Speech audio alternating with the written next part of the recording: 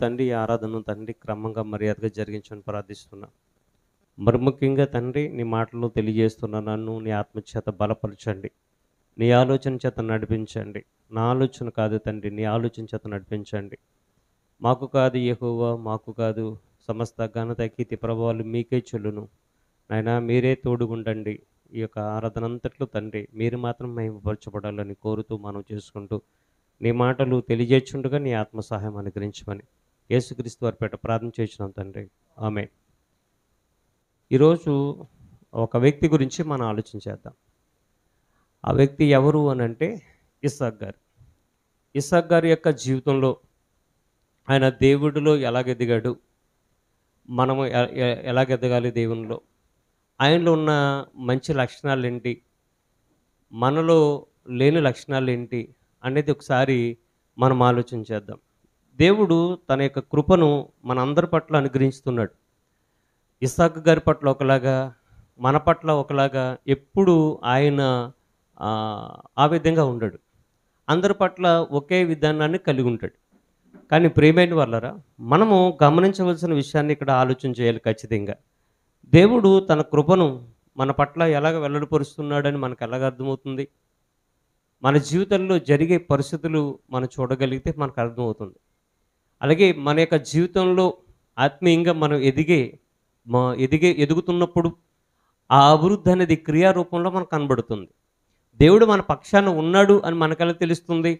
మనం చేసిన ప్రార్థనలుకి దేవుడు ఇస్తున్న జవాబును బట్టి దేవుడు మన ప్రార్థనలు వింటున్నాడని మనకు అర్థమవుతుంది. దేవుడు మన పక్షాన ఉన్నాడని మనకు ఎలాగ అర్థమవుతుంది?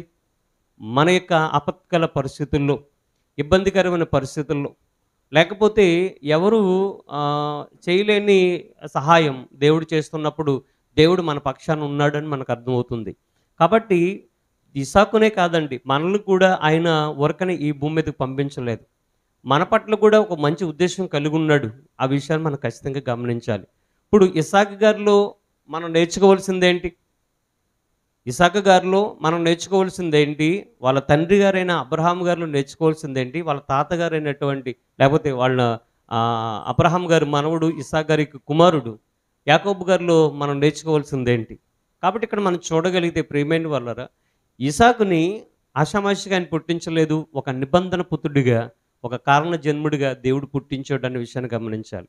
మనము కూడా కారణ జన్ములమే, ఆ విషయం మనకు తెలియట్లేదు. ఇస్సాకు కారణ జన్ముడని, ఒక నిబంధన పుత్రుడు అని మనకెలా తెలుసు? దేవుడు పరిశుద్ధాత్మ ప్రేరణతో భక్తుల చేత రాయించిన బైబిల్ గ్రంథంలో రాయబడిన సంగతులు మనం చదువుకొని మనం నేర్చుకుంటున్నాం. దేవుడు అందరిని ఒకేలాగా పుట్టిస్తున్నాడు, ఒకే ఉద్దేశంతో ఆయన కలిగిస్తున్నాడు అనే విషయాన్ని మనం ఖచ్చితంగా గమనించాలి. ఎందుకంటే మోషే గారిని ఐగుప్తు దేశం వెళ్ళమన్నప్పుడు ఏమంటాడండి? నేను నోటి మాంద్యం గలవాడును, నేను మాటే నేర్పరి లేనివాడిని, నీ నెత్తివాడిని అంటాడు. దేవుడేమన్నాడు అప్పుడు? దేవుడేమన్నాడండి? మోషే గారితో ఏమన్నాడు దేవుడు? నాన్న ఏంటి నాన్న మళ్ళీ చెప్పినానా అన్నాడు ఆయన. నాన్న అయ్యా నేను నత్తివాడిని అంటున్నాడు. ఓహో, తర్వాత ఏంటి? ఇంకో మాట ఏదన్నా చెప్పినానంటే మాట నేర్పరి లేనివాడిని, అంటే మాటకారితనం లేదు, నాకు వాక్చాతుర్యం లేదు అంటాడు. దేవుడు ఏం చెప్పాడు? ఓహో అంతా అలాగంటున్నావా? మానవులకి నోరిచ్చినోడు ఎవడో తెలుసా? నేనే. నీకు నోరిచ్చినవాడు ఎవరో తెలుసా? నేనే. నువ్వు ఐగుప్తు దేశంలో సకల విద్యను నేర్చుకున్న సంగతి నాకు తెలియదు అనుకున్నావా అని దేవుడు చెప్తున్నాడు. మగవాడికే కానీ చెవిటి వారికే కానీ ప్రతి ఒక్కరికి కూడా నోరిచ్చింది ఎవరు? నేనే అంటున్నాడు. దేవుడికి మనం ఎదురు చెప్పగలమో చెప్పండి? ఆయనకి అసాధ్యమైనది ఏది ఉందో సమస్తం సాధ్యం ఆయనకి. ఆయన తర్వాతే కదా మనం ఉన్నాం, మన తర్వాత ఆయన లేడు. ఆయన ముందున్నాడు, మనం ఎప్పుడో వచ్చాం భూమి మీదకి. సర్వసృష్టి సృజించబడిన తర్వాత ఆఖరి దినం కదా మనం సృష్టించబడ్డాం. కాబట్టి ప్రియమైన వాళ్ళారా, దేవుడికి మనం ఎదురు చెప్పగలమని చెప్పండి? కాబట్టి మోషే గారిని ఏ ఉద్దేశంతో పుట్టించాడు, నిన్ను కూడా అదే ఉద్దేశంతో పుట్టించాడు. ఇశ్రాయేలు ప్రజలను నడిపించడానికి, బానిసత్వ బ్రతుకుల్లో ఉన్నవారిని విడిపించడానికి ఇస్సాకును పుట్టిస్తే, సాతాను యొక్క కబంధ అస్తముల కింద నలిగిపోతున్న ఆత్మలను రక్షించడానికి మనల్ని పుట్టించాడండి. కారణాలు వెతుక్కుంటే ఎన్ని కారణాలు బైబిల్ గ్రంథంలో దొరికితే చెప్పండి? నేను ఏ కారణం చేత పుట్టలేదు అనడానికి వీరులేదు. మనం పుట్టడానికి కారణం దేవుడు చెప్తున్నాడు. చాలా విషయాలు బైబిల్ గ్రంథంలో రాయబడి ఉన్నాయి.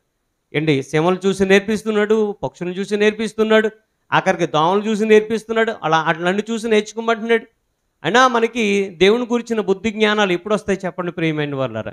దేవుడు చెప్తున్న ప్రతి మాట కూడా అక్షర సత్యం అది. అది మనం గుర్తించగా, మనము వాటి విలువనివ్వక, మనసు పెట్టగా, సమయం కేటాయించగా వాటిని మనం తెలుసుకోలేకపోతున్నాం తప్ప, మన యొక్క జన్మ ఏ కారణం లేకుండా కలగలేదు. దేవుని యొక్క సంకల్పంతోనే మానవ జన్మ అనేది ఈ భూమి మీద కలిగింది అనే విషయాన్ని గమనించాలి. ఇకపోతే ఇస్సాకు గురించి గురువారం కూడా మనిషి పుట్టడానికి ముందు దేవుడు ఏర్పాటు చేసుకున్న పని అనే ఒక అంశం మీద మాట్లాడుతూ ఇస్సాకు గురించి కూడా మనం మాట్లాడుకున్నాం. అయితే ఇస్సాకు పట్ల దేవుని యొక్క ఉద్దేశం ఏంటో ఒకసారి మనం చూడగలిగితే ఆదికాండం 17 అధ్యాయం తీయండి. ఆదికాండం 17 అధ్యాయంలో మనం చూడగలిగితే 18, 19 వచనాలు, 19 వచనం చదువుకుందాం. 19 వచనం చదువుకుందాం. దేవుడు నీ భార్య అయిన అబ్రహాముతో దేవుడు చెబుతున్నాడు మాట. అంటే భూమి మీద కొద్ది కాలం బ్రతికే మనిషితో సదాకాలం ఉండేవాడు, సర్వసృష్టిని చేసేవాడు ఆయన మాట్లాడుతున్నాడు. ఆ మాట అసత్యమైనది కాదు, సత్యమైనది, శాశ్వతమైనది. ఆ యొక్క మాట పరిపూర్ణమైనది ప్రియమైన వాళ్ళరా. ఆయన మాట్లాడు సర్వసృష్టిని చేసిన సృష్టికర్త అయిన దేవుడు తన కుమారుడైన అబ్రహాంతో మాట్లాడుతున్నాడు. దేవుడు మనిషితో మాట్లాడు ఎంత గొప్ప సంగతి అండి. ఒక ఎమ్మెల్యే గారే మనతో మాట్లాడినందుకే మనం చాలా సంతోషపడిపోతున్నాం. ఆ మధ్యన ఎంపీ గారు భరత్రామ్ గారు ఒక క్రిస్మస్కి వస్తే మమ్మల్ని పలకరించారు. హాయ్ సార్ అలాగున్నారు అన్నారు ఆయన. ఆ పెద్ద ఆయన మమ్మల్ని పలకరిస్తే మాకు చాలా ఆనందం అనిపించిందండి. అంటే ఆయన వయసులో చిన్నవాడే కానీ ఆయన ఒక పదవిలో ఉన్నాడు. మెంబర్ ఆఫ్ పార్లమెంట్ అండి ఆయన. ఆయన మమ్మల్ని పలకరిస్తే మాకు చాలా ఆనందం అనిపించింది. ఆయనతో కలిసి ఫోటో దిగాం. అదే స్టేటస్లో పెడితే చాలామంది అన్నారు తెలుసా, ఎంపీ గారితోనే నువ్వు ఎంపీ గారు అంతటితోనే ఫోటో దిగావా అన్నారు ఒక ఆయన. ఇందులో తప్పేముందండి? ఎంపీ గారు అంతటి ఆయనతో ఫోటో దిగామన్నాడు ఆయన. ఒక ఆయన ఓకే దిగామన్నాం. అవసరమైతే ముఖ్యమంత్రి కూడా దిగుతాం, అవసరమైతే ప్రధానమంత్రి దిగుతాం. గొప్ప సంగతి ఏంటండి, మనము రిక్వెస్ట్ చేసుకుంటే ప్రధానమంత్రి గారు కనీసం అపాయింట్మెంట్ కూడా ఎవరా సార్ ఒక ఫోటో దిగుతామంటే దిగమంటారు ఖచ్చితంగా. అది పెద్ద గొప్ప ఏం కాదు. కానీ ప్రధానమంత్రితో పెద్ద పెద్ద వాళ్ళతో దిగడం అనేది కాస్త మనకి టైం కుదరదు. కానీ మనకు టైం కుదరదా, వాళ్ళకి టైం కుదరదు. ఎవరికి టైం కుదరదండి? వాళ్ళకి టైం కుదరదు, మనకు కాదు. మనం అంటాం మనకు టైం కుదరక అంటాం, అది తప్పది. వాళ్ళు అనుమతిస్తారు. అంటే దేశ ప్రధానులు, అంటే ప్రజాప్రతినిధులు దగ్గరికి సర్వసాధారణంగా అందరినీ పంపించరండి. కానీ ప్రియమైన వాళ్ళరా ఆయనతో ఫోటో దిగడం అంటే ఎంతో ఆనందం అనిపించింది. అంటే ఒక ఎంపీ గారితోనే ఫోటో దిగితేనే చాలామంది కూడా నన్ను కొంచెం అభినందించారు. ఈ ఈ ఒక ఎంపీ గారితోనైతే మరి సాక్షాత్తు దేవుడే ఒక మనిషితో మాట్లాడుతుంటే అది ఎంత గొప్ప సంగతి. నేను అదే అనుకున్నాను. దేవుడు అంతటి వాడే ఆ రోజు పౌలుతో మాట్లాడాడు, భక్తులతో మాట్లాడాడు, వీళ్ళంతా అని అనుకున్నాను. కానీ ప్రియమైన వాళ్ళారా ఒక్క విషయం మనం ఖచ్చితంగా గమనించాలి. దేవుడు మనతో మాట్లాడాలని అనుకుంటున్నాడండి, కానీ మనమే సమయం ఎత్తలేదండి. దేవుడు తన మాటలను, తన యొక్క ఉద్దేశాలను మనతో పంచుకోవాలనుకుంటున్నాడు ఆయన. కానీ మనం ఏం చేస్తున్నాం? ఆయనకి సమయం ఎత్తలేదు. మనం ఆయనకి ఇచ్చిన సమయాన్నే ఆయనకి మనం ఇవ్వట్లేదు. కానీ ఒకసారి మనం ఆలోచన చేయగలిగితే దేవుడు ఇస్సాకు పట్ల ఏ ఉద్దేశం కలిగి ఉన్నాడు అనేది మన బైబిల్లో చూడగలిగితే ఈరోజు ఇస్సాకు గారి గురించిన సంగతులు మనం ఆలోచన చేద్దాం. 19 వచనం చదువుకుందాం. ఆదికాండము 17 అధ్యాయము 19 వచనం. దేవుడు నీ భార్య అయిన శారా నిశ్చయముగా నీకు కుమారుని కనును, నీవు అతనికి ఇస్సాకు అని పేరు పెట్టెదవు. ఈ మాట అండర్లైన్ చేసుకోనండి. అతని తరువాత, ఇక్కడ చూసారా దేవుడు ఎంత చక్కగా చదువు, అతని తరువాత సంతానం కొరకు అనట్లేదు, అతని తరువాత అతని సంతానం కొరకు, అతని తరువాత అతని సంతానం కొరకు అన్నాడు. అతని తరువాత సంతానం కొరకు అని అంటే చాలా ఇబ్బందులు ఎదుర్కొన్న పరిస్థితి ఏర్పడును. అయితే దేవుడు చెప్తున్నాడు, చాలా క్లారిటీగా మాట్లాడుతున్నాడు, ఎవ్వరితో కాదు అబ్రహామా. ఎందుకంటే అతను పుట్టిన తర్వాత అతని సంతానంతోనే ఎందుకన్నాడు దేవుడు. అంతకు ముందు ఎవరున్నారు? ఇస్సాకు కంటే ముందు ఇస్మాయిల్ ఉన్నాడు. ఇస్మాయిల్ ఉన్నాడు. ఇసాకు కంటే ఆయన ఇంచుమించుగా 15 సంవత్సరాలు పెద్దవాడు సుమారుగా. ఏండి 85 సంవత్సరంలో కదా ఇస్మాయిల్ పుట్టాడు. 100వ సంవత్సరంలోనేమో ఇసాకు పుట్టాడు. అంటే 15 సంవత్సరాలు పెద్దవాడు.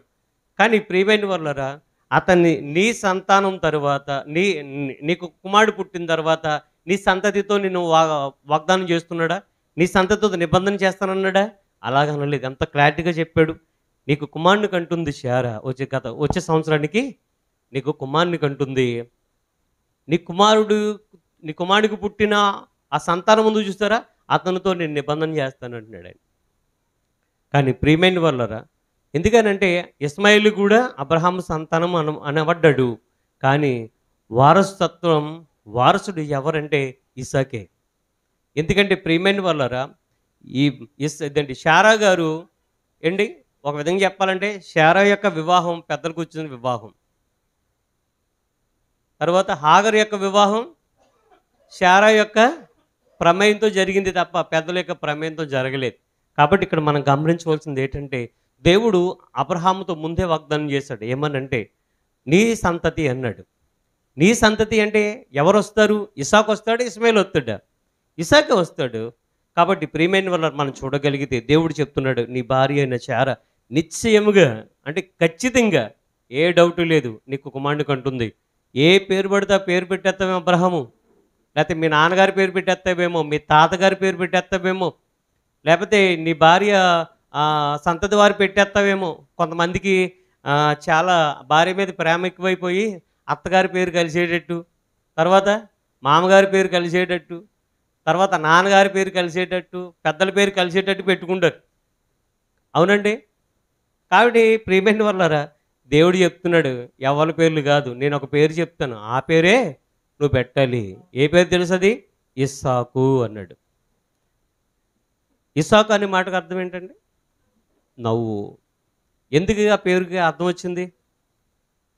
ఇస్సాకు అనే పేరుకు ఎందుకు అర్థం వచ్చింది అమ్మా?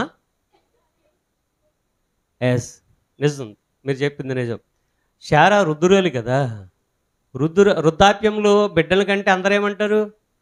ఈవిడేటండి బాబు, వృద్ధాప్యంలో పిల్లల కింద నవ్వుతారా లేదా? అలా నవ్వుతారు అనేసి ఆ మాటకి తన యొక్క అంటే వయసుని జ్ఞాపం పెట్టుకొని, ఏ వయసులో అయితే దేవుడిచ్చాడో మానవ సమాజం ఏ విధంగా అయితే హేళన చేస్తుందో అని దానికి తగ్గట్టుగానే కొడుకుకి ఏమని పేరు పెట్టమన్నాడు దేవుడు? ఇస్సాకు అని పేరు పెట్టమన్నాడు. ఈ యొక్క పేరు నిర్ణయించింది దేవుడే తప్ప ఏంటి అబ్రహాము కాదు, శారా కాదు, దేవుడే నిర్ణయించాడు. చూసారా, దేవుడు ముందుగా నిర్ణయిస్తున్నాడు. ఇస్సాకు పట్ల దేవుని యొక్క ప్రణాళిక, ఇస్సాకు పట్ల దేవుని యొక్క సంకల్పం ఎటువంటిదో మనకు అర్థమవుతుంది. అదే చెప్తున్నాడు, అతని సంతానం కొరకు, అంటే ఇస్సాకు సంతానం కొరకు నిత్య నిబంధనగా నా నిబంధనను ఇస్సాకుతో నేను స్థిరపరుస్తాను అన్నాడు. కాబట్టి ప్రియమైన వాళ్ళరా, మనం గమనించినట్లయితే అదే ఆదికాండము 18:10 చూడండి. 18:10 అందుకైనా మీదటికి ఈ కాలమున నీ యొద్దకు నిశ్చయముగా మరలా వచ్చేదను, అప్పుడు నీ భార్య అయిన శారాకు ఒక కుమారుడు కలుగునని చెప్పాను. శారా ఆయన వెనుక నుండిన గుడారపు ద్వారమందు వినుచుండెను. అబ్రహాంతో దేవుని దూత వచ్చి చెబుతుంటే వింటుందండి శారా. కాబట్టి ప్రియమైన వాళ్ళారా, ఈరోజు ఇస్సాకు గారు గురించి మనం ఆలోచన చేస్తున్నాం. ఇస్సాకు గారు నుండి మనం నేర్చుకోవాల్సిన ఏంటి? ఆయనలో ఉన్న లక్షణాలు ఏంటి? మనలో లేని లక్షణాలు ఏంటి? ఆయన ఏం చేశాడు తన జీవితంలో?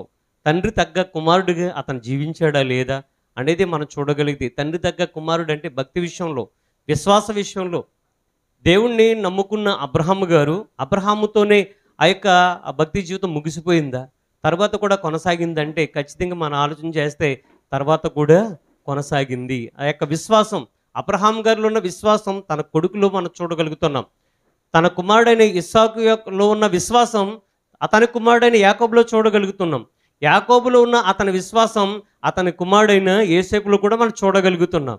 కాబట్టి ప్రియమైన వల్ల నువ్వు దేవుని నమ్ముకొని దేవుని యందు విశ్వాసం ఉంచి దేవుని యందు నిరీక్షణ కలిగి నీ భక్తి జీవితాన్ని కొనసాగిస్తున్నప్పుడు ఆ భక్తి జీవితం నీతోనే అంతముందు పోతే అది ప్రయోజనకరంగా ఉండదు. నీ తర్వాత నీ సంతతికి కూడా ఆ భక్తి జీవితాన్ని మీరు ఖచ్చితంగా ఏం చేయాలి? తెలియపరచాలి.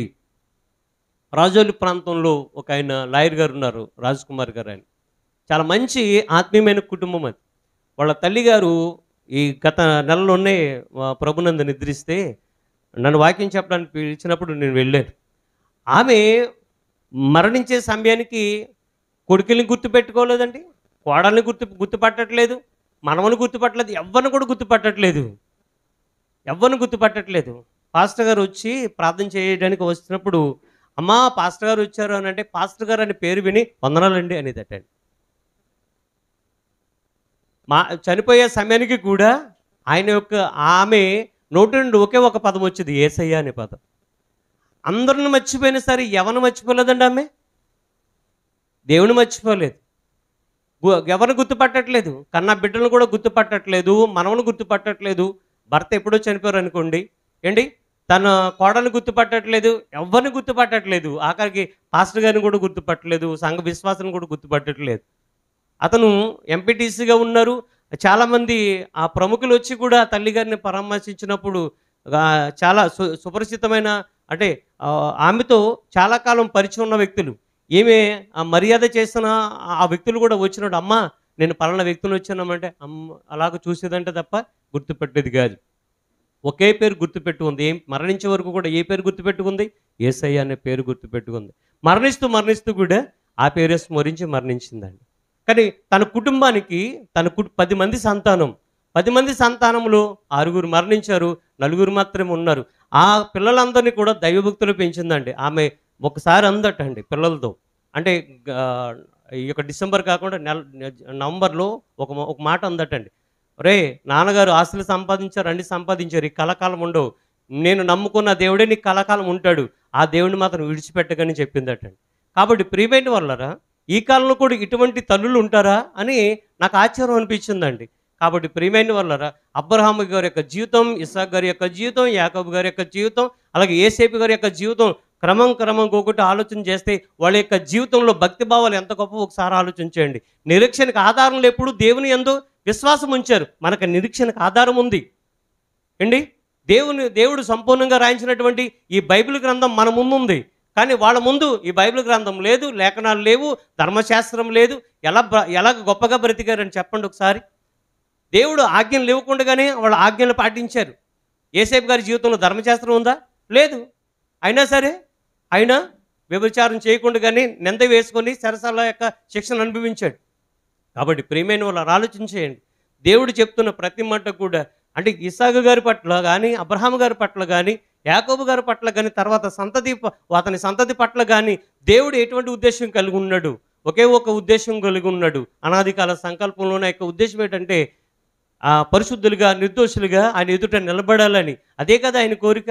ఆ విధంగానే జీవించి మరణించి ఆయన దగ్గర రావాలని కదా కోరిక. అదే దేవుడు కోరుకుంటుంది. కాబట్టి ప్రియమైన వాళ్ళరా, దేవుడు చెప్పినట్టుగానే అబ్రహాం గారికి కుమారుని అనుగ్రహించాడు. ఇస్సాకు పుట్టాడు. ఇస్సాకు పుట్టిన తర్వాత ప్రియమైన వాళ్ళరా, ఇస్సాకు ఎలాగ ఎదుగుతున్నాడు అంటే, పిల్లలను కన్న తర్వాత కూడా అబ్రహాము గారు తన కుమారుని ఎలా పెంచారు, లేకపోతే ఆయన మరణించే వరకు కూడా ఏ విధంగా బ్రతికాడు అని మనం చూడగలిగితే ఒక్కొక్క లేఖన భాగాన్ని మనం ఆలోచన చేద్దాం ఏంటి. ఇంకా మనం చూడగలిగితే ఆదికాండం 22వ అధ్యాయం, మనకందరికీ తెలిసిన ఈ విషయమే ఇది. తండ్రికి ఏ విధంగా లోబడివాడుగా ఉన్నాడో ఒకసారి చూడగలిగితే 6వ వచనం నుంచి 9వ వచనం చదువుకుందాం.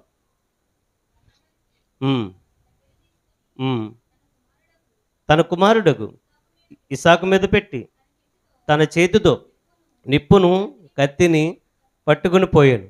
వారిద్దరు కూడి వెళ్ళుచుండగా ఇస్సాకు అంటున్నాడు తన తండ్రితో, తండ్రి అయిన అబ్రహాంతో, నా తండ్రి అని పిలిచాను. అందుకు అతడు, ఏమి నా కుమారుడా అనేను. అప్పుడు అతడు ఇస్సాకు అంటున్నాడు తండ్రితో, నిప్పులును కట్టెలు ఉన్నావు కానీ దహన బలికి గొర్రెదనడా అంటున్నాడు ఆయన. నాన్న, మనము దేవునికి బలి ఇవ్వడానికి వెళ్తున్నాం కదా, మరి నిప్పులు ఉన్నాయి, కట్టెలు ఉన్నాయి, అన్నీ ఉన్నాయి. దహన బలి ఇవ్వడానికి నువ్వు ఉన్నావు, మరి దహన బలి అవ్వడానికి మరి గొర్రెదనా అని అడుగుతున్నాడు అని. ఆ ప్రశ్నకు ఆ తండ్రికి మనసులో ఒక గుణప గుచ్చుకున్నట్టుగా ఉంటుందో చెప్పండి. కానీ అబ్రహాం యొక్క నిరీక్షణ వేరు. వెళుతున్నాడు, ధైర్యంతో వెళ్తున్నాడు. వెళ్తున్న సమయంలో మనం ఇంకా చూడగలిగితే 8వ వచనం ఏమంటున్నాడు అబ్రహాం గారు? అబ్రహాం అంటున్నాడు కొడుకుతో, నా కుమారుడా దేవుడే దహన బలికి గొర్రెపిల్లను అలాగ అడిగినప్పుడు దేవుడు చూసుకుంటాడు నాన్న. దహన బలికి గొర్రెపిల్ల కావాలి కదా, దేవుడు చూసుకుంటాడు. చూసారా?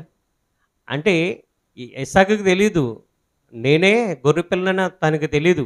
అయినప్పటికీ కూడా కాళ్ళు చేతులు కట్టి ఆ యొక్క కట్ల మీద పెట్టి వధించబోతున్నప్పుడు ఆ ఆకాశం నుండి దేవదూత ఒక స్వరం పడదు, అబ్రహాము ఆగు, చిన్నవాడిని ఏం చేయకన్నాడు. అంటే ఇక్కడ మనం చూడగలిగితే ఇస్సాకు గారు తండ్రికి లోబడే మనస్తత్వం కనబడుతుంది. కాళ్ళు చేతులు కట్టాడంటే ఒకవేళ పారిపోతాడానా? అంటే దహన బలికి ఏం చేస్తారండి? దహన బలికి ఆ యొక్క పశువుని చంపి అక్కడ ఆ యొక్క దహన బలి మీద కట్ల మీద పెడతారు. కానీ సజీవంగా చేస్తారా? లేదు. కట్ల మీద పెట్టిన తర్వాత ఆ యొక్క పశువును వధించాలి. మరి వధిస్తున్న సమయంలో ఒకవేళ నా కుమారుడు తన ప్రాణాన్ని కాపాడుకోవడానికి ఒకవేళ పారిపోతాడేమో అని ముందు జాగ్రత్త కాళ్ళు చేతులు కట్టి కట్ట మీద పెట్టాడు. అప్పటికి కూడా ఇస్సాకు మారు మాట్లాడలేదు. అంటే తండ్రికి లోబడే మనస్తత్వం ఇస్సాకులో కనబడుతుందండి. ఒక విషయం గమనించాలి. మన పిల్లలు కూడా మన యొక్క మాటకు లోబడే మనస్తత్వం మన పిల్లలు కూడా ఉందా లేదా, ఈ లక్షణం మనలో. అంటే నేను కూడా ఓ తండ్రి కుమారుడే కదా, ఆ లక్షణం నాలో ఉందా లేదని నేను పరిశీలించుకోవాలి. మీరు కూడా ఒక తండ్రికి కుమారులే, మీకు కూడా పిల్లలు ఉన్నారు. మరి నేను కుమారుడిగా నా తండ్రికి ఆ మాటకు లోబడుతున్నాను లేదా అనే పరిశీలన నేను చేసుకోవాలి. నా పిల్లలు కూడా నా మాటకు లోబడుతున్నారా లేదా అనే ఆ విషయంలో కూడా నేను పరిశీలన చేసుకోవాలి. కాబట్టి ప్రియమైన వాళ్ళారా, దేవుడు చెప్తున్న చక్కటి సంగతిని మనం చూడగలిగితే, దేవుడు ఇస్సాకు గారిలో ఉన్న లక్షణాలను ఒక్కొక్కటి మనకి పరిచయం చేస్తున్నాడు. ఏంటి? ఆ ఇస్సాకు గారు ఎక్కువగా దేవునితో ఎక్కువగా గడిపేవాడా, లోకంలో ఎక్కువగా గడిపేవాడా? మిమ్మల్ని అడుగుతున్నాను. దేవునితో ఎక్కువగా గడిపేవాడా? ఆయన ఎక్కువగా ధ్యానం చేసేవాడటండి. ఇస్సాకు గారు ఏం చేసేవాడంట? ధ్యానం చేసేవాడు. ఏంటి? వాక్యం చదవడం వేరు, ధ్యానం చేయడం వేరు. ప్రియమైన వాళ్ళారా, ఇస్సాకు గారు వాక్యాన్ని ధ్యానం చేసేవాడు. ఒకసారి మన ఆదికాండంలోకి వెళ్ళి చూద్దాం. 24వ అధ్యాయము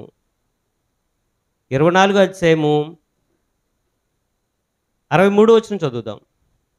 24వ అధ్యాయము ఆదికాండం. సాయంకాలమున ఇస్సాకు ఎక్కడ ధ్యానం చేస్తున్నాడంట? పొలంలో ధ్యానం చేస్తున్నాడట అండి. ఏంటి? ఇంటికాడ ధ్యానం చేసుకోవచ్చు కదా, పొలంలో ఎందుకు ధ్యానం చేస్తున్నాడు ఈయన? ఏంటి? మిమ్మల్ని అడుగుతున్నాను, చెప్పండి. పొలంలో ఎందుకు ధ్యానం చేయడానికి వెళ్ళాడు? ఇంట్లో ఎందుకు ధ్యానం చేసుకోవడానికి ఆయన ఎందుకు ధ్యానం చేసుకోలేదు? ఇంట్లో అందరూ ఉంటారు. దేవుని ధ్యానం చేస్తున్నప్పుడు ఖచ్చితంగా ఏమవుతుంది? ఏకాగ్రతను కోల్పోతుంది. ధ్యానిస్తున్నప్పుడు ఏకాగ్రత కావాలి. ప్రియమైన వాళ్ళారు, బైబిల్ చదువుకుంటున్నప్పుడు కానీ, నాకైతే బైబిల్ చదువుకున్నప్పుడు చిన్న సౌండ్ కూడా అవడానికి వీల్లేదు. ఎందుకంటే నాకు అలాగ అంత పీస్ఫుల్గా ఉన్నప్పుడే నేను బైబిల్ అయితే ధ్యానం చేయగలుగుతాను. నేను అలాగ అలవాటు చేసుకున్నాను. కానీ ఇంట్లో కుదురుద్దా? ఇంట్లో పక్కన భార్య ఏం చేస్తుంది? పనులు చేసుకుంటూ ఉంటుంది. పనులు మానేయనంటే ఒకసారి 2 సార్లు మానేస్తుంది, 3సారి ఏమంటుంది? నువ్వు వచ్చి చెయ్యి అంటుంది. చిరాకు వచ్చి. అవునగా చెప్పండి. ధ్యానం చేసుకోవాలని ఎక్కడికి వెళ్ళిపోవాలి మనం? వాళ్ళకి అడ్డు లేకుండా ఎక్కడో చోటకి వెళ్ళిపోయి ధ్యానం చేసుకోవాలి. పొలంలోకి ఎందుకు వెళ్ళి ధ్యానం చేశాడండి? పొలంలో ఎవరుండరు, ప్రశాంతంగా ఉంటుంది. మీకు అనుభవం ఉందో లేదో, శ్మశానంకి వెళ్ళి ఎవరైనా బైబిల్ చదువుకున్నారా? ఇదివరకైతే బైబిల్ ఎక్కువ చదివాడండి. ఇప్పుడు తగ్గించాం కానీ బైబిల్ ఎక్కువ చదివాడు. ఇప్పుడు ఎందుకు బాధ్యతలు ఎక్కువైనాయి. అయినా బైబిల్ చదవకుండా ఉండలేను నేను మా వర్క్షాప్లో అయినా సరే ఖచ్చితంగా బైబిల్ చదువుకుంటాను. ఏదో ఒక విషయం మీద నేను ఆలోచన చేస్తూ ఉంటాను. బైబిల్ చదవడం మాత్రం ఆగలేదు, కానీ సమయాన్ని మాత్రం తగ్గించాం అంతే. కానీ బైబిల్ చదవడం మాత్రం ఆగలేదు. మీరు కూడా బైబిల్ చదివే అలవాటు మానుకోకండి. బైబిల్ చదవడం అంటే ప్రియమైన వాళ్ళారు, దేవుడు నీ తండ్రి నీతో మాట్లాడే సదవకాశం, దాన్ని పోగొట్టుకోకండి. ఎంత భాగ్యం చెప్పండి. పొలంలోకి ఎందుకు వెళ్ళాడండి ఇస్సాకు గారు? అక్కడ ఎవరు ఉండరు. అక్కడ ధ్యానం చేస్తుంటే ఎంత చక్కగా ఉంటుందండి, ఎంత పీస్ఫుల్గా ఉంటుందో చెప్పండి. కాబట్టి ప్రియమైన వాళ్ళరా, ఇస్సాకులో ఉన్న మంచి గుణం ఏంటంటే దేవుడితో సమయం గడిపేవాడు, ధ్యానం చేసేవాడు, దేవుని మాటలను ధ్యానం చేసేవాడు, తన తండ్రి తనకు చెప్పిన మాటలను ఏం చేసేవాడు? ధ్యానం చేసేవాడు, తల పోసుకునేవాడు, జ్ఞాపం తెచ్చుకునేవాడు. మరి మిమ్మల్ని అడుగుతున్నాను ప్రియమైన వాళ్ళారా, దేవుని మాటలు ఇక్కడ వింటున్నారు కదా, ఇక్కడే కాదు పోనీ వేరే చోట మీ ఊరు వేరే ప్రాంతానికి వెళ్తేప్పుడు వచ్చేది ఆహ్, ఏ ఏ పండగండి? పొంగల్ పండుగ. అవునా? సంక్రాంతి వస్తున్నాయి కదా! సరదాగా ఊరెళ్తాం. అక్కడ మనకు చర్చికెళ్ళే అలవాటు ఉంది కాబట్టి, ఊరెళ్ళాం కాబట్టి అక్కడ చర్చికి వెళుతాం. ఏవండీ? చర్చికి వెళుతాం. కానీ ప్రియమైన వాళ్ళారా, మనం గమనించవలసిందేంటంటే ఖచ్చితంగా మనం ధ్యానం చేసే విషయంలో అక్కడైనా సరే దేవుని మాటలు మనం వింటుంటాం. ఎక్కడైనా సరే మీరు ఏ ప్రాంతంలో ఉన్నా సరే దేవుడిని విడిచిపెట్టకండి. దేవుడిని మాత్రం మర్చిపోకండి. నేను చెప్పేదదే. దేవుడిని విడిచిపెట్టకండి. దేవుడిని మాత్రం మర్చిపోకండి. ఒకవేళ అలా జరిగితే ఆయన మర్చిపోవడానికి మన పరిస్థితి ఏంటి? ఒకవేళ మనం మర్చిపోయామనుకో మళ్ళా జ్ఞాపకం తెచ్చుకుంటాం. ఒకవేళ ఆయన మర్చిపోయాడనుకో మళ్ళా జ్ఞాపకం తెచ్చుకోవడానికి మనం ఉండం. అర్థమవుతుందండి? మనం మర్చిపోవడానికి, దేవుడు మర్చిపోవడానికి అది తేడా. ఇస్సాకు గారు పొలంలో ఉండి ఎంత ధ్యానం చేస్తున్నాడు. ఏండి? ఆ యొక్క ధ్యానం దేవుని గురించి ధ్యానం చేసే ఆ మంచి సుగుణం మనలో ఉందా? మిమ్మల్ని అడుగుతున్నాను. బైబిల్ చదివే అలవాటు మీకుందా? ఓకే. వాక్యం ధ్యానం చేసే అలవాటు ఉందా? వాక్యాన్ని ధ్యానం చేసే అలవాటు ఉందా? ధ్యానం అంటే ఏంటండి? కొన్ని చోట్ల పిరమిడ్స్ ఉంటాయండి. ధ్యాన కేంద్రాలని ఉంటాయి. అంటే మనశ్శాంతిగా అనమాట. అక్కడికెళ్ళి ఏమి ఆలోచించకుండగా ఆడ కూర్చోవడమే. యోగా చేయడం, శ్వాస నిశ్వాస తీసుకోవడం ఇది పిరమిడ్‌లో అంటే ధ్యాన కేంద్రాలు ఉంటాయి అక్కడ. ఒకసారి నేను వెళ్ళాను ధ్యాన కేంద్రం. అంటే ఏంటి తెలుసుకోవడానికండి. కాబట్టి ప్రియమైన వాళ్ళారా, దేవుడి గురించి ధ్యానం చేయడం దివారాత్రము వాక్యం చదివేవాడు కాదు. వాక్యాన్ని ధ్యానించేవాడు ధన్యుడు అని దేవుడు చెప్తున్నాడు. కాబట్టి మనకెన్నో పనులున్నాయి. ఎన్నో పనులున్నాయి. ఎన్నో పనులున్నా వాక్యాన్ని ధ్యానం కనీసం ఒక 10 నిమిషాలు ధ్యానం చేయండి. కనీసం ఒక పావుగంట అన్నా సరే ధ్యానం చేయండి. అలా ధ్యానం చేయడంతో మీకు మెంటల్‌గా అభివృద్ధి చెందుతారండి. మెంటల్‌గా చాలా ఆధ్యాత్మికంగా మీరు ప్రిపరేషన్‌లోకి వెళ్తారు. చాలా విషయాలు దేవుడు తెలియజేస్తాడు. కాబట్టి ఆలోచించేయండి. ఎక్కడికి వెళ్ళేటటండి వాక్యాన్ని ధ్యానించడానికి? దేవుని గురించి ధ్యానం చేయడానికి ఎక్కడికి వెళ్ళాడు ఇస్సాకు గారు? పొలంలోకి వెళ్ళాడు. కనీసం మీరు వారానికి 7 రోజులు కదా! వారానికి 7 రోజుల్లో కనీసం ఎన్ని రోజులు మీరు దేవుడిని ధ్యానిస్తున్నారు? కనీసం 2 రోజులన్నా ధ్యానిస్తున్నారా? ఒక్కరోజన్నా ధ్యానిస్తున్నారా? ఒకసారి మీరు ఆలోచించేయండి. మనము ఏ పనుల మీద ఉన్నా, ఏ విధంగా మనం జీవించినప్పటికీ కూడా ధ్యానం అనేది చాలా మంచిదండి. ధ్యానం మనం దేవుని యొక్క మాటలను ధ్యానం చేస్తున్నప్పుడు ఏకాగ్రతను మనం కోల్పోము. ఏంటి దేవుని యొక్క ఉద్దేశాలు మనకు జ్ఞాపకం వస్తుంటాయి. దేవుని యొక్క మాటలు దేవుడు పదే పదే మనకు జ్ఞాపకం చేస్తుంటాడు. ఆ మాటలను ఒకసారి మనం ఆలోచించి మనస్ఫూర్తిగా ఏంటి నిశ్శబ్ద వాతావరణంలో మీరు ఆలోచన చేయండి. ధ్యానం చేయండి. ఎంత బావుంటదో ఒకసారి ఆలోచించండి. అంతేకాకుండా ఇంకా మనం చూడగలిగితే ఇస్సాకులో ఉన్న మంచి లక్షణం ఏంటంటే భార్యను ప్రేమించే లక్షణం ఉంది. చాలామంది భార్య అంటే లెక్కుండదండి. భార్యను లెక్కలేనివానిగా చూస్తుంటారు. భార్య ఎంత చేసినా విలువనివ్వరు. ఏండి? కొంతమందైతే భార్యకు కూడా సహాయం చేయరండి. ఏండి? కాబట్టి ప్రియమైన వాళ్ళారు ఇస్సాకులో ఉన్న మంచి లక్షణం ఏంటంటే భార్యను ప్రేమించేవాడుగా మనకు కనబడుతున్నాడు. చూడండి. అది 24 అధ్యాయం 67 వచనం. ఆఖరి వచనం. ఇస్సాకు తల్లి అయిన శారా గుడారములోనికి ఆమెను తీసుకొని పోయాను. అట్లు అతడు రిబ్కాను పరిగ్రహింపగా ఆమె అతనికి భార్య అయ్యెను. అతడు ఆమెను ప్రేమించెను. అప్పుడు ఇస్సాకు తన తల్లి విషయమై దుఃఖ నివారణ పొందెను. ఇస్సాకు ఏం చేస్తున్నాడండి? తన భార్యను ప్రేమిస్తున్నాడు. తన భార్యను ప్రేమించాడు తప్ప తల్లిని ద్వేషించాడా? ఇస్సాకు తన భార్యను ప్రేమించాడు. అలాగని తన తల్లిని చూడకుండగా తన తల్లిని చాలామంది ప్రియమైన వాళ్ళరా కొంతమందిలో కనబడుతుంటారు. వృద్ధాశ్రమాల్లో తల్లిదండ్రులు విడిచిపెడుతుంటారు. చాలా బాధ అనిపిస్తుందండి.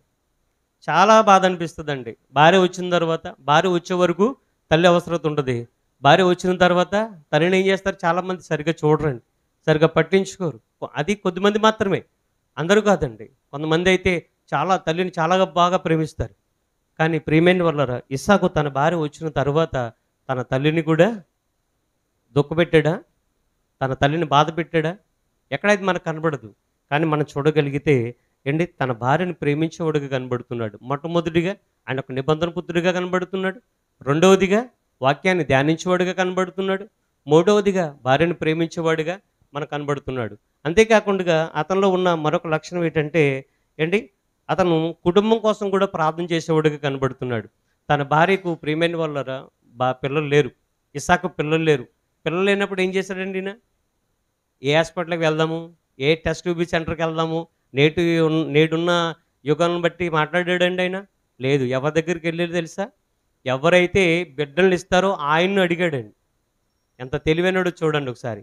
ఎవరైతే బిడ్డలనిస్తారో, ఎవరైతే గర్భఫలాన్నిస్తారో ఆయన్ని అడిగాడు. నా వివాహాన్ని ఆయన చిత్త ప్రకారంగా జరిగింది కాబట్టి నాకు కూడా గర్భఫలం ఎవరివ్వాలి? ఇవ్వాల్సిన ఆయన ఎవరైతే ఉన్నారో ఆయన్ని అడుగుతున్నాడు. ప్రార్థన చేస్తున్నాడు. సంతులేని వారిని ఇల్లాలుగా చేస్తానన్న దేవుడు ఆయన్ని అడుగుతున్నాడు. ఏమని అడుగుతున్నాడు చూడగలిగితే 25 అధ్యాయం 21 వచనం. 25 అధ్యాయం 21 వచనం చదువు తల్లి. ఇస్సాకు భార్య గొడ్రాలు గనుక అతడు ఆమె విషయమై యెహోవాను వేడుకొనెను. యెహోవా అతని ప్రార్థన వినును గనుక అతని భార్య అయిన రిబ్కా గర్భవతి అయ్యెను. ఈ రోజున బిడ్డలు లేకపోతే ఇస్సాకు ఎవరిని అడుగుతున్నాడు? దేవునికి ప్రార్థన చేస్తున్నాడండి. భార్యతో కలిసి ప్రార్థన చేస్తున్నాడు. నా భార్యకు ఇదిగో నాన్న నీ భార్య నాకు రిబ్కాని భార్యగా అనుగ్రహించావు నువ్వే. మరి అనుగ్రహించినప్పుడు నా పట్ల నిబంధనను స్థిరపరుస్తానన్నావు కదా. నా సంతానాన్ని నువ్వు నిబంధనకి నా సంతానంతో నిబంధన చేస్తానన్నావు కదా. మరి నా భార్య గొడ్రాలుగా ఉంది నాయనా, నా భార్యకు సంతానం దయచేవా అన్నాడు. దేవుడు ఆ ప్రార్థన ఆలకించాడు. దేవుడు ఇచ్చే సమయంలో ఖచ్చితంగా ఇస్తాడు ప్రియమైన వాళ్ళారా. కానీ మనం ఏం చేస్తామండి? తొందరపడిపోతాం. కొంతమంది పెళ్ళికి తొందరండి. పెళ్ళి తొందరే. తర్వాత పిల్లలు కూడా ఇంకా కలగలేదా మీకు బాధేంటి? ఇచ్చే ఆయన ఇస్తాడు కదా. ప్రతిదానికి సమయం ఉందని చెప్పాడు కదా ఆయన. కాబట్టి ప్రియమైన వాళ్ళారా మనం గమనించవలసిన విషయం ఏంటంటే దేవుడు ఏ సమయానికి ఏది అనుగ్రహిస్తాడో ఖచ్చితంగా మనకి అనుగ్రహిస్తాడు. మనం ఎదురు చూడాలి. అది ఆయనకి ఇష్టమైతే ఇస్తాడు, లేకపోతే లేదు. అందు కాబట్టి దేవుడా నువ్వు నాకెందుకు ఇవ్వలేదు అని అడగడానికి మనం ఏమైనా సరిపోతామో చెప్పండి? మనము సరిపోము. ఆ విషయాన్ని గమనించాలి. అంతేకాకుండా సమాధానంగా ఇతను గొడవలు పెట్టుకునేవాడు కదండి. సమాధానంగా పోయే మనస్తత్వం ఇతనిలో ఉందండి. మనము ఏదైనా ఒక మాట అంటే అస్సలు మనం పడవండి. కానీ ఇస్సాకులో ఒక గుణం ఉంది తెలుసా అండి? ఇస్సాకుతో ఒక వ్యక్తి అంటాడు, నువ్వు చాలా జనం బలమైన జనంగా ఉన్నారు ఇస్సాకు, మీరు దయచేసి మా ప్రాంతాన్ని విడిచి వెళ్ళిపోండి అంటే, ఎందుకు వెళ్ళాలి మేము? ఇక్కడి నుంచి చాలా కాలం నుంచి ఇక్కడ ఉంటున్నాం కదా, మేము వెళ్ళవలసిన పని లేదా అని అనలేదండి ఆయన. ఆయన ఏమన్నాడో తెలుసా? అలాగేనండి వెళ్ళిపోతామండి. అలాగే వెళ్ళిపోయాడు. ఆ వచనాన్ని కూడా మనం చూసుకొని ముగించుకుందాం. 26 అధ్యాయము 20 నుంచి 22 వచనాలు. ఆదికాండము 26 అధ్యాయము 20 నుంచి 22 వచనాలు. అప్పుడు గెరారు కాపరులు ఇస్సాకు కాపరులతో జగడమాడి ఈ నీరు మాదే అనెను. వారు తనతో అతడు ఆ బావికి వారు మరొక బావి తవ్వినప్పుడు దాని కొరకును జగడమారు గనుక దానికి సెగ్నాన్ పేరు పెట్టాను. అక్కడి నుండి వెళ్ళి మరొక బావి తవ్వించాను. దాని విషయమై వారు జగడమాడలేదు. ఒక బావిని తవ్వించాడు, ఏమైందండి? గొడవైంది. తర్వాత ఇంకో బావి తవ్వించాడు, అప్పుడేమైంది? గొడవైంది. ఏమన్నా కష్టపడి నేను తవ్వానండి, మేము తవ్వాము, ఇది మాకే అని ఏమన్నా జగడమాడా? ఎగడమాడలేదండి. మా ప్రాంతాన్ని విడిచి వెళ్ళిపో అంటే ఏం చేశాడు? సమాధానంగా వచ్చాడు తప్ప, తల వంచుకొని వచ్చాడు తప్ప అక్కడ దెబ్బలాడలేదండి. ఇన్ని సంవత్సరాల నుంచి నేను ఉంటున్నాను, ఇది నాది అని ఎప్పుడు అనలేదు. అదే మనం ఒక 10 సంవత్సరాలు కానీ ఒక 15 సంవత్సరాలు కానీ ఒక ఇంట్లో అద్దుకున్నాం అనుకోండి, తర్వాత ఏమంటాం? నాదే అంటాం. 15 సంవత్సరాల నుంచి ఉన్న కోర్టు కూడా ఏమంటుంది? ఎవరిని ఉద్దేశించి కాదండి, వాస్తవం జరిగి చెప్తున్నాను నేను. కాబట్టి ప్రియమైన వాళ్ళారా ఇటువంటి జరగలేదా? చాలా జరిగినాయి. ఇటువంటి కేసులు కోర్టులు కూడా చాలా ఉన్నాయండి. కానీ ప్రియమైన వాళ్ళు ఇస్సాకు అయితే అలాగనలేదు. నా తెలియక మన కానిది ఎన్ని సంవత్సరాలు ఉంటే మనది ఎలాగవుతుందో చెప్పండి? ఏంటి కోర్టులు ఈ యొక్క చట్టాలు న్యాయాలు పక్కన పెట్టండి. వాస్తవం ఆలోచిస్తే అది మనది కాదు. అక్కడికి మనం వచ్చాం, అరువుగా ఉంటున్నాం. అది మనది ఎలాగవుతుందో చెప్పండి వాస్తవం ఆలోచించిన.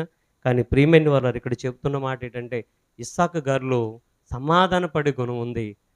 ఇన్ని గుణాలు, మంచి శ్రేష్టమైన గుణాలు ఇలా చెప్పుకుంటూ పోతుంటే అబ్రహాం గారిలో నుండి వచ్చిన మంచి గుణాలు ఇస్సాకు గారిలో కనబడుతున్నాయి. ఇస్సాకు గారిలో ఉన్న మంచి గుణాలు యాకోబు గారిలో కనబడుతున్నాయి. యాకోబు గారిలో ఉన్న మంచి గుణాలు యేసేపు గారిలో కనబడుతున్నాయి. అంటే తాత గుణాలు కొడుకు వచ్చినాయి, మనడుకు వచ్చినాయి, మును మనడుకు వచ్చినాయి. కానీ ప్రియమైన వాళ్ళారా, ఇన్ని మంచి గుణాలు ఇస్సాకులోనే, ఒక ఇస్సాకులోనే మనం చూడగలుగుతున్నాం. మరి ఇన్ని మంచి గుణాలు మనకు ఎలాగున్నాయి? శక్యమైతే మనుషులందరితో కూడా ఎలా ఉండాలంట? సమాధానంగా ఉండాలటండి. కాబట్టి ప్రియమైన వాళ్ళారా గమనించండి. ఇస్సాకు గారిలో ఉన్న శ్రేష్టమైన గుణాలు మనలో కూడా ఉండగలిగితే ఖచ్చితంగా మన జీవితం ఫలాభివృద్ధి చెందుతుంది. ఆలోచన చేయండి. ప్రార్థన చేసుకుందాం. ప్రేమించిన తండ్రి, కృపగల మా రాజా, మీకు వందనాలు, కృతజ్ఞతలు తెలియజేస్తున్నాను. ఇంతవరకు తండ్రి శ్రేష్టమైన నీ మాటలు ఇస్సాకు గారిలో ఉన్నటువంటి, ఆయన జీవితంలో ఉన్నటువంటి శ్రేష్టమైన లక్షణాల గురించి మేము ఆలోచన చేసాం. మేము కూడా అటువంటి మంచి లక్షణాలు కలిగి తండ్రి జీవించే భాగ్యం దయచేయండి. సమాధానకరమైన మంచి లక్షణం, అలాగే తండ్రి మిమ్మల్ని గూర్చి తండ్రి ధ్యానం చేసే మంచి లక్షణం, తండ్రి భార్యని ప్రేమించి కుటుంబం కోసం తండ్రి ప్రార్థించే మంచి లక్షణం, అలాగే తండ్రి ఇంకా ఈ విధంగా ఆలోచన చేస్తే ఎన్నో మంచి లక్షణాలు మేము చూడగలుగుతున్నాం తండ్రి. అటువంటి మంచి లక్షణాలు తండ్రి మాలో కూడా మీరు చూడాలనుకుంటున్నారు కాబట్టి అటువంటి తండ్రి మంచి లక్షణాలు కలిగి జీవించే భాగ్యం దయచేయమని, కృపలో జ్ఞాపకం చేసుకోమని, సమస్త విషయాలు నీ సహాయం దయచేయమని, ఈ కార్యక్రమాన్ని ముగింపు వరకు కూడా నీ నామం మహిమత్వం జరిగించమని యేసుక్రీస్తు వారి పేట ప్రార్థన చేస్తున్నాం తండ్రి. ఆమేన్.